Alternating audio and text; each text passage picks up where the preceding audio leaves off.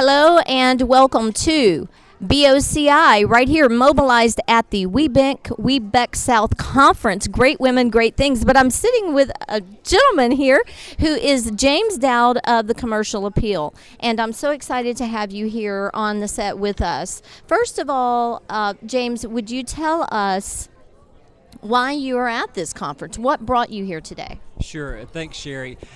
Mary Singer is a longtime advocate for women's business and entrepreneurship, a small business supporter. I cover small business and entrepreneurship, and because of that, she contacted me. This is my second year to cover this event, so to let our readers know what's happening in the small business entrepreneurial world with Sure. a specific focus on women in business. That's Yes. why I'm here.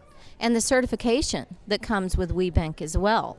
Absolutely. The keynotes were fabulous. Now, you're the reporter here, so would you give us a brief reporting of what took place today at the conference? Sure. I was here just for the keynote presentation with Cheryl Sneed of Banneker, which was amazing. And one of the things is I told her afterward, I go to a lot of events, I hear a lot of speakers, a lot of programs.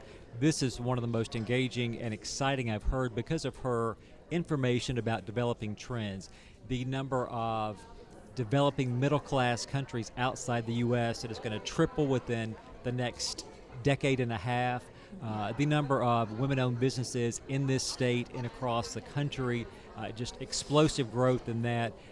The challenges and opportunities from the supply chain side to the vendor side, to the customer side, all of that information that any savvy business person needs to study and take advantage of to maximize their opportunities. It's just thrilling to find out.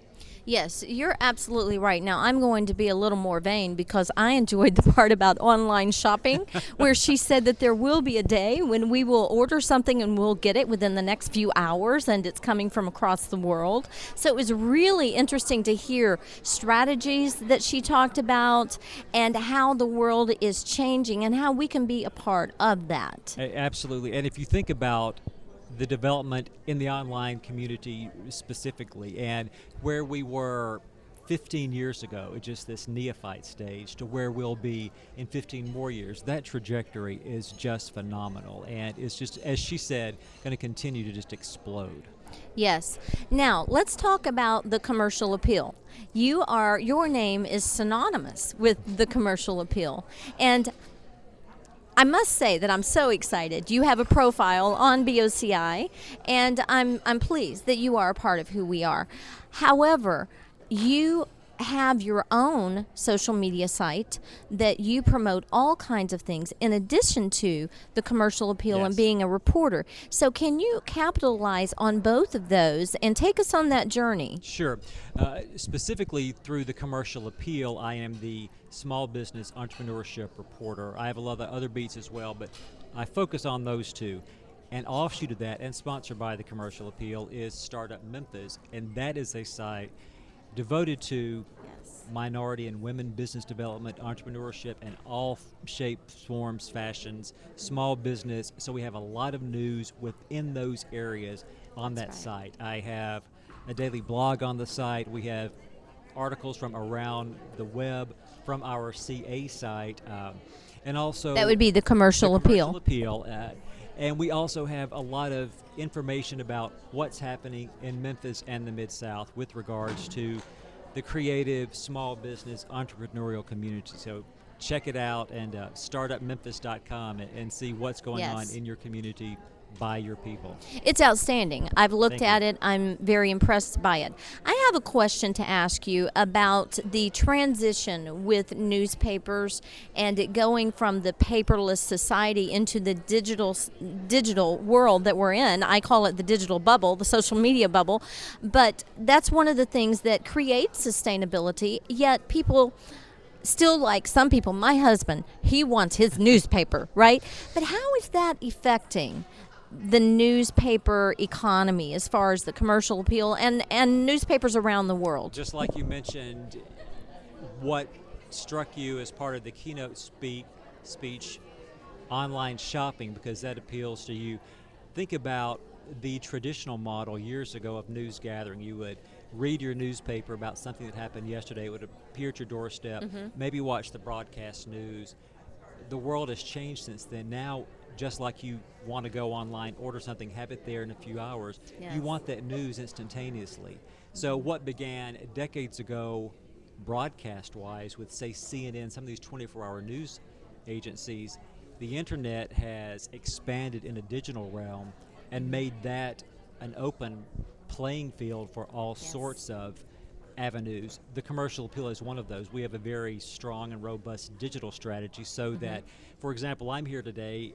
I'm going to be writing something that will appear on our site in a matter of hours as soon as I can get it written. I love that. I was tweeting the entire time I'm here. I'm taking pictures of the group, of the keynote speaker, tweeting that Right. via Twitter. Our Facebook page is lighting up. The Real-time news. Real-time news Yes. there. So this will be part of our print product, which is the traditional way that your husband would like to read that Exactly. in the morning. But within minutes, seconds, and in a few hours, the story will be available to those who want to get their news just like Yes, that. very similar to live blogging. Absolutely. Is that something that you ever do as a reporter?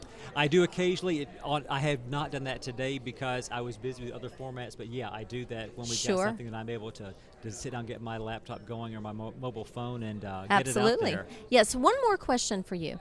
I have heard that journalists and journalism seems to be less of an attraction when it comes to education because of the blogging world. Can you tell us how to bridge that gap for those who are still interested in journalism? That's a good question, and it's a challenge, I think, for a lot of institutions, such as the University of Memphis, that are offering very strong journalism programs, but it's also, I think, a re-education of the reading public, and we're seeing a trend back toward that, where you had for so many years in the infancy of the internet, anyone with a bullhorn, a keyboard can get that blog going and offer news of any sort, whether or not that's vetted, whether or not it's true or trustworthy. Exactly. People didn't much care.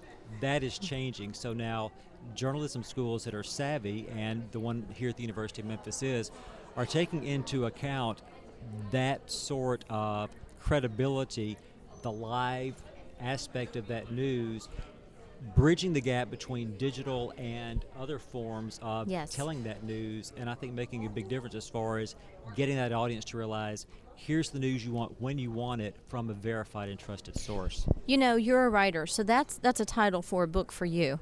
Bridging the gap between journalism and blogging. I like it. I'm going to use that. You do that.